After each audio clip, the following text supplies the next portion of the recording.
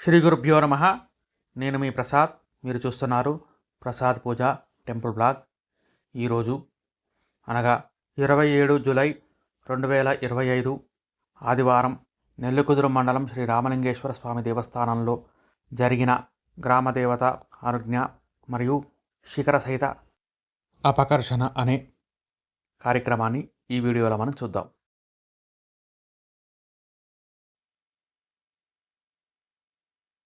ఆదివారం మధ్యాహ్నం సుమారు 12:30 ప్రాంతంలో ముందుగా మా ఊరి బొడ్డురాయి దగ్గర కొబ్బరికాయలు కొట్టి మామూలుగా గ్రామదేవత యొక్క అనుగ్రహం తీసుకున్నారన్నమాట.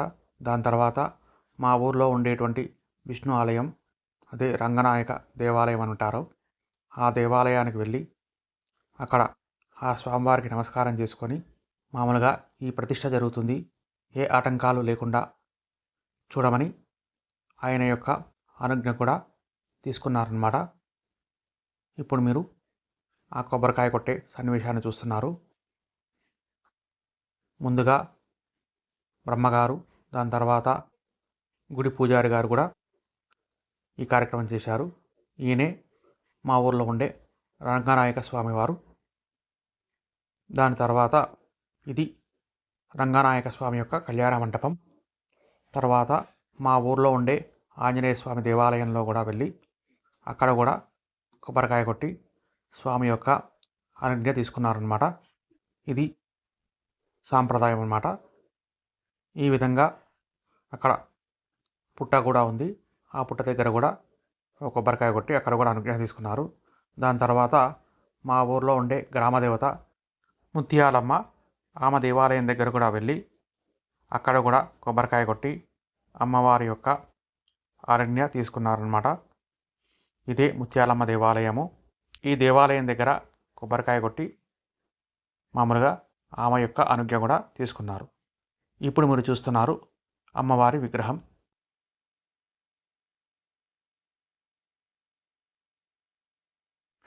దాని తర్వాత ఇంకొక బొడ్డురాయి కూడా ఉంది, దానికి శీతల పలకం కూడా ఉందన్నమాట. కాబట్టి అక్కడ కూడా కొబ్బరికాయ కొట్టి అనుజ్ఞ తీసుకొని తర్వాత తిరిగి మళ్ళీ శ్రీ రామలింగేశ్వర స్వామి దేవాలయానికి వచ్చామన్నమాట. ఇది జరిగింది.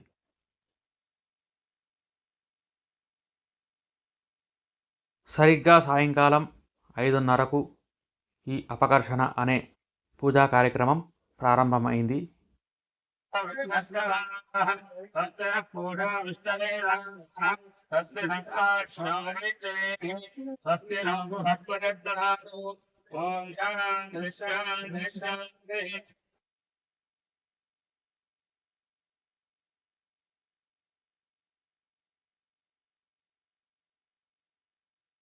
ఈ విధంగా పూజా కార్యక్రమాన్ని ప్రారంభిస్తున్నారు బ్రహ్మగారు.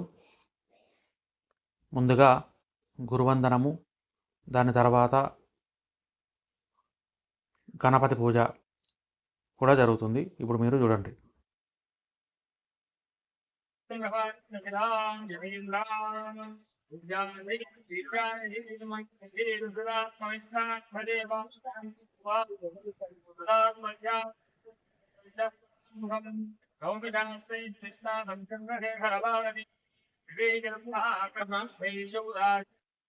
అసలు అపకర్షణ అనేది ఎందుకు చేస్తారు అంటే, ముఖ్యంగా దేవాలయాన్ని జీర్ణోద్ధరణ గావించినప్పుడు, అంటే మన భాషలో చెప్పాలంటే రిపేర్ చేస్తామన్నమాట. అంటే అటు విగ్రహం కింద అష్టబంధనము అని ఒక సీల్ ఉంటుందన్నమాట. అది మనం అభిషేకం చేయగా, పూజలు చేయగా కొంతకాలానికి అది ఆ అష్టబంధనం ఊడిపోతుంది. దానివల్ల విగ్రహంలో ఉండేటువంటి తేజస్సు క్రమక్రమంగా కోల్పోతుందన్నమాట. అందువల్ల మళ్ళీ తేజస్సు తీసుకురావాలంటే ముందుగా అపకర్షణ అనే కార్యక్రమాన్ని నిర్వహించి, అంటే విగ్రహాన్ని తీయడం కానీ లేదా యంత్రాన్ని తీయడం కానీ చేస్తారన్నమాట. అమ్మ నాలుగు నమస్కారం తీసుకో. బాబు దేవు భవ, ఆచార్య దేవు భవ, అతిథి దేవు భవ, ఆజన్మ ప్రాణానాయ ఓం దేవాయ స్వాహ. ఓం నారాయణాయ స్వాహ. ఓం మాధవాయ స్వాహ. ఓం గోవిందాయ నమః. ఓం విష్ణవే నమః. ఓం మధుసూదనాయ నమః. ఓం త్రివిక్రమాయ నమః. ఓం వామనాయ నమః. ఓం శ్రీధరాయ. ఆ విధంగా ఆ విగ్రహాన్ని కానీ యంత్రాన్ని కానీ తీసి తర్వాత అక్కడ ఏదైనా రిపేర్ ఉంటే రిపేర్ చేసి తర్వాత మళ్ళీ ఆ యంత్రాలకు జపము హోమము లాంటి కార్యక్రమాలు చేసి దాని తర్వాత అధివాస హోమాలు చేసి దాని తర్వాత ఆ విగ్రహం బాగుంటే అదే విగ్రహాన్ని లేదా ఆ విగ్రహం కనుక ఏదైనా భిన్నమైతే నూతన విగ్రహాన్ని తీసుకొని వచ్చి ఒకవేళ యంత్రం ఖరాబ్ అయితే మళ్ళీ నూతన యంత్రాన్ని పెట్టి ఈ విధంగా ఈ కార్యక్రమాలన్నీ చేయాలి అంటే ముందుగా అపకర్షణ అనే కార్యక్రమం చేయాలన్నమాట. అందువల్ల ఇప్పుడు మనం ఆ కార్యక్రమాన్ని చేస్తున్నారు, మనం చూస్తున్నామన్నమాట. సమర్పయామి. నేర్చుకుని పాలయోః పాఠ్యం సమర్పయామి. పాలయోః.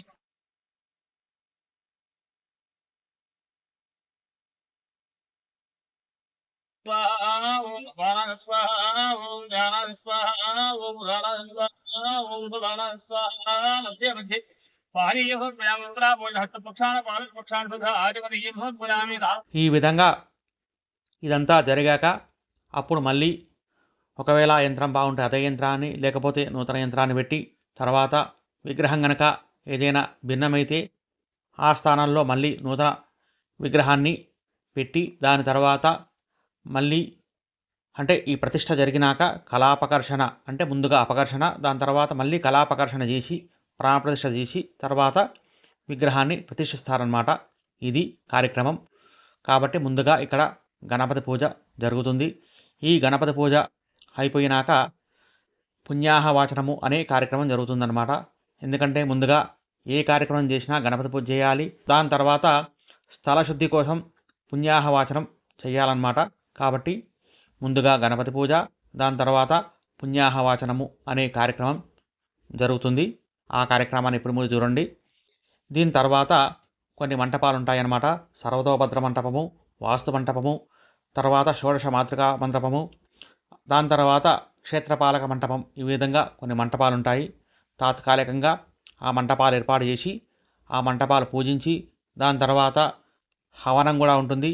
ఈ హవనాన్ని కూడా చేసి అప్పుడు ఈ అపకర్షణ అనేటువంటి కార్యక్రమాన్ని చేస్తారన్నమాట.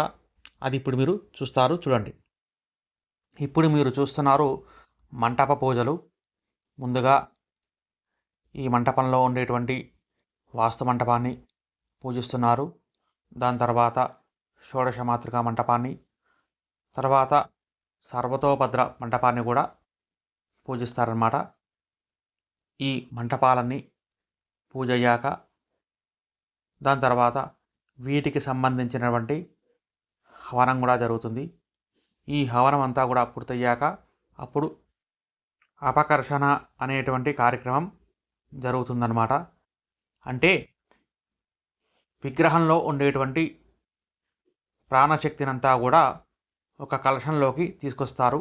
అది కూడా ఒక విగ్రహం నుంచి ఒక కలశాన్ని ఒక ప్రదేశంలో ఉంచి మామూలుగా ఏం చేస్తారంటే ఒక దారం ద్వారా కొన్ని మంత్రాలతో ట్రాన్స్ఫర్ చేస్తారనమాట.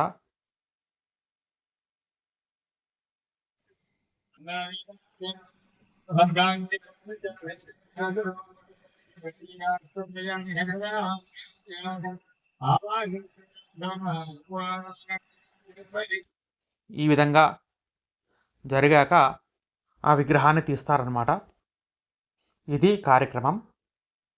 ఇప్పుడు మీరు చూస్తున్నారు హవనాన్ని. ముందుగా పూజంతా పూర్తయ్యాక ఇప్పుడు హవనం జరిగింది. హవనం తర్వాత మంటపం చుట్టూ హవనం చుట్టూ ప్రదక్షిణ చేస్తున్నారన్నమాట. దీని తర్వాత ఇప్పుడు మీకు అక్కడ ఒక దారం కూడా అవపడుతుంది, మీరు గమనించగలరు. ఆ దారాన్ని ఒక కలశానికి కట్టి అలాగే పైన స్వామివారి శిఖరాన్ని కూడా అపకర్షిస్తున్నారు. కాబట్టి స్వామివారి శిఖరం నుంచి కింద స్వామివారికి ఒక త్రిశూలం ఉందన్నమాట. ఆ త్రిశూలంలోకి ఆ శిఖర శక్తిని ట్రాన్స్ఫర్ చేస్తారన్నమాట కొన్ని పూజల ద్వారా. అలాగే ఇప్పుడు మీరు చూస్తున్నారు అక్కడ అభిమంతిస్తున్నారన్నమాట. ఈ విధంగా విగ్రహం నుండి కలశంలోకి ట్రాన్స్ఫర్ అవుతుందన్నమాట కొన్ని మంత్రాల ద్వారా. దాని తర్వాత మామూలుగా ఏం చేస్తారంటే అక్కడ ఉండే దేవతకు నివేదిస్తారనమాట. అంటే అక్కడ అమ్మవారు ఉంటే అమ్మవారు, అయ్యవారు ఉంటే అయ్యవారు, అమ్మ లేదా అయ్య కొంతకాలం మీరు ఆ కలశంలో ఉండండి అని ఆ ఉండేటువంటి దేవత యొక్క ఆనుజ్ఞ తీసుకొని దాని తర్వాత కింద ఏదైనా గడ్డపార కానీ పార కానీ దాంతో ఒక చిన్న 2 దెబ్బలు వేసి మామూలుగా ఒక గోవుకి అంటే ఒక ఆవు యొక్క తోకకు కట్టి దాని తర్వాత దాన్ని ముందుకు జరుపుతారు. ఆ విధంగా గోవు జరిగినాక అప్పుడు ఆ విగ్రహంలో కదలిక వస్తుందన్నమాట. దాని తర్వాత ఆ విగ్రహాన్ని లేదా ఆ కలశాన్ని తీసేస్తారనమాట. ఇప్పుడు పైన ఉండేటువంటి పాత శిఖరానికి పూజ చేసి ఆ శిఖర దేవత యొక్క అనుజ్ఞ కూడా తీసుకుంటున్నారు. అది కూడా మీరు ఇప్పుడు చూడండి. ఈ విధంగా మొత్తం పూజంతా పూర్తయ్యాక మామూలుగా అపకర్షిస్తారు. ఇంకా మనకు అర్థమయ్యే భాషలో చెప్పాలంటే మన దగ్గర కంప్యూటర్లో ఏదైనా ఒక ఫైల్ ఉంటే ఆ ఫైల్ని మొబైల్లోకి కానీ లేదా మొబైల్ నుంచి కంప్యూటర్కి కానీ ఏ విధంగా ట్రాన్స్ఫర్ చేసుకుంటామో అదే రకంగా శిఖరంలో నుంచి కలశంలోకి అంటే విగ్రహంలో నుంచి కలశంలోకి, కలశం నుంచి విగ్రహంలోకి ట్రాన్స్ఫర్ అయ్యే పద్ధతే ఈ అపకర్షణ అని సింపుల్గా చెప్పచ్చు. అయితే ఇక్కడ మనం కొన్ని మంత్రాల ద్వారా ఈ పని చేస్తాము. అది కూడా ఆవు యొక్క సహాయంతో మనం చేస్తామన్నమాట. అక్కడైతేనేమో మనకు పవర్ ఉంటుంది, వైర్లు ఉంటాయి, లేదా బ్లూటూత్ ఉంటుంది, వైఫై ఉంటుంది. ఇది ఇక్కడ ఆవు యొక్క సహాయం తీసుకుంటాము. దాని తోక గట్టి దాని తోకని ముందుకు వచ్చడం వల్ల దాంట్లో ఉండేటువంటి శక్తి అంతా కూడా ఆ కలశంలోకి వెళ్తుంది. దాని ద్వారా మనము సేఫ్గా ఉంటాము. అలాగే ఆవులో సకల దేవతలు ఉంటాయి కాబట్టి వాటి యొక్క ఆశీర్వచనం కూడా మనకు ఉంటుందన్నమాట. ఇది కార్యక్రమం ఈ విధంగా జరిగింది. తర్వాత మంటపోద్వాసన ఆశీర్వచనం అనే కార్యక్రమం జరిగింది. ఇది నెల్లికుదురు మండలం శ్రీ రామలింగేశ్వర స్వామి దేవస్థానంలో జరిగిన అపకర్షణ అనే కార్యక్రమం. ఈ వీడియో కనుక మీకు నచ్చితే లైక్ చేయండి, షేర్ చేయండి, అలాగే సబ్స్క్రైబ్ చేసుకోండి. సర్వే జనా సుఖినో భవంతు. స్వస్తి.